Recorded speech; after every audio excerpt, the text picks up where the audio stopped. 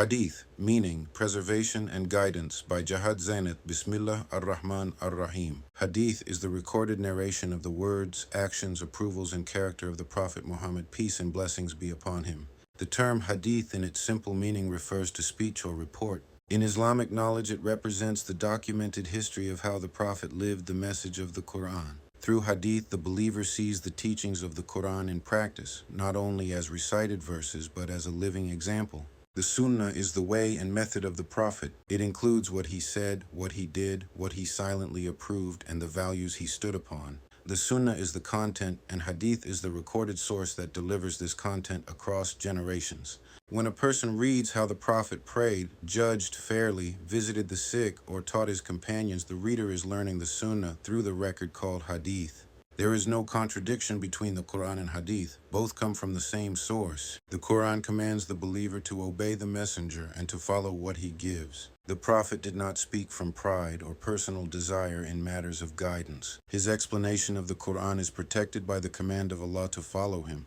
The Qur'an orders prayer, fasting, charity, and pilgrimage, while the Hadith shows the full shape and detail of these acts. Without Hadith, the method of worship would be left unknown, and the practice of Islam would break into personal opinion. The effort to preserve Hadith is one of the greatest scholarly projects in human history. Scholars developed a science built on two pillars. The first pillar is the chain of narration. Every Hadith contains a complete list of witnesses, one after another, going back to the companions. Scholars studied each name in the chain. They examined the honesty and memory of every narrator, the time they lived, who they met, and what they learned.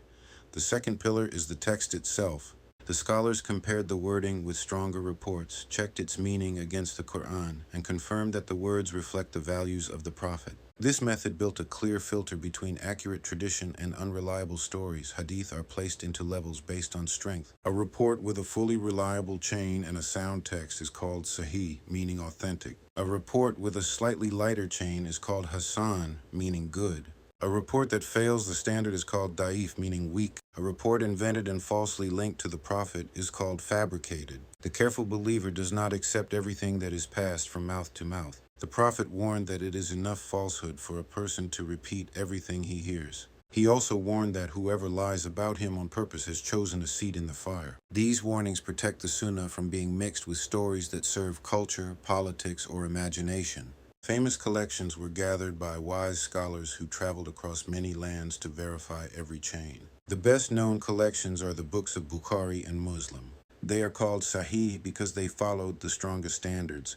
Other respected collections include the books of Abu Dawud, Tirmidhi, Nasa'i, and Ibn Majah. Together, these works preserve thousands of narrations from the companions who lived with the Prophet. Through them, the believer meets the guidance of the messenger with clarity. Hadith teaches the values that shape the companions. It explains mercy, truth, patience, generosity, courage, and humility. It records how the Prophet forgave those who harmed him, how he honored women, how he valued children, and how he treated the poor. It records his rulings in trade and marriage, his way of judging fairly, and his method of building unity. When the believer reads Hadith with respect and knowledge, he sees the human side of the message and finds a practical road to follow. The spiritual value of Hadith is great. The Prophet prayed for the person who hears his words, understands them, and delivers them to others. Teaching authentic Hadith becomes a lasting form of charity because it can influence hearts far in the future. When a person learns a Sunnah, practices it, and passes it to another soul, the benefit multiplies across time. A wise approach to Hadith requires balance.